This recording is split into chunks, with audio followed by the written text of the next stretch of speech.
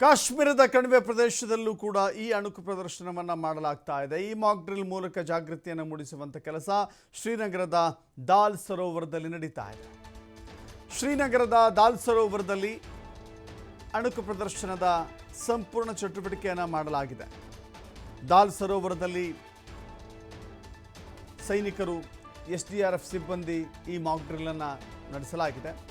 ಗೃಹ ಇಲಾಖೆಯ ಸೂಚನೆಯ ಬೆನ್ನಲ್ಲೇ ಈ ಮಾಕ್ ಡ್ರಿಲ್, ಅದರ ಮೂಲಕ ಜಾಗೃತಿಯನ್ನು ಮೂಡಿಸುವಂಥ ಕೆಲಸ ಆಗ್ತಾ ಇದೆ.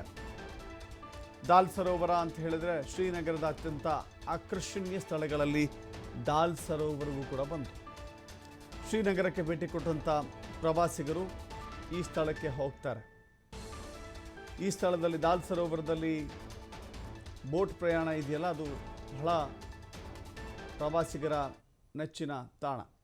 ಇದೀಗ ಆ ಜಾಗದಲ್ಲಿಯೇ ಜಮ್ಮು ಕಾಶ್ಮೀರ್ SDRF ರಾಜ್ಯ ವಿಪತ್ತು ನಿರ್ವಹಣಾ ಘಟಕದಿಂದ ಅಣುಕು ಪ್ರದರ್ಶನವನ್ನು ನಡೆಸಲಾಗಿದೆ ಈ ದಾಲ್ ಸರೋವರದಲ್ಲಿ.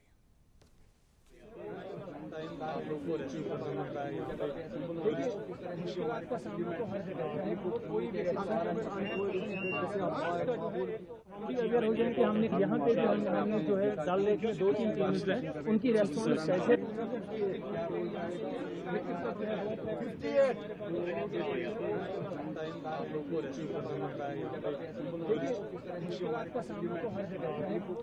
ದೇಶದಾದ್ಯಂತಲೂ ಕೂಡ ಈ ಅಣುಕು ಪ್ರದರ್ಶನವನ್ನು, ಮಾಕ್ ಡ್ರಿಲ್ ಅನ್ನು ನಡೆಸಲಾಗ್ತಾ ಇದೆ. ಯುದ್ಧದ ಸನ್ನಿವೇಶದಲ್ಲಿ ಏನೆಲ್ಲ ರೀತಿಯ ಕಾರ್ಯತಂತ್ರಗಳಿರುತ್ತೆ, ಕಾರ್ಯಚಟುವಟಿಕೆಗಳಿರುತ್ತೆ, ತತ್ಪರರಾಗಿರ್ತಾರೆ ಅನ್ನೋದನ್ನು ತೋರಿಸುವಂಥ ಪ್ರಯತ್ನ ನಡೀತಾ ಇದೆ. ದೇಶದ ಮೂಲೆ ಮೂಲೆಗಳಲ್ಲೂ ಕೂಡ ಅರಿವು ಮೂಡಿಸುವ, ಜಾಗೃತಿ ಮೂಡಿಸುವ ಕೆಲಸ ನಡೀತಾ ಇದೆ. ನಮ್ಮ ಕರ್ನಾಟಕದಲ್ಲಿ 2 ಜಾಗಗಳನ್ನು ಆಯ್ಕೆ ಮಾಡಿಕೊಳ್ಳಲಾಗಿದೆ.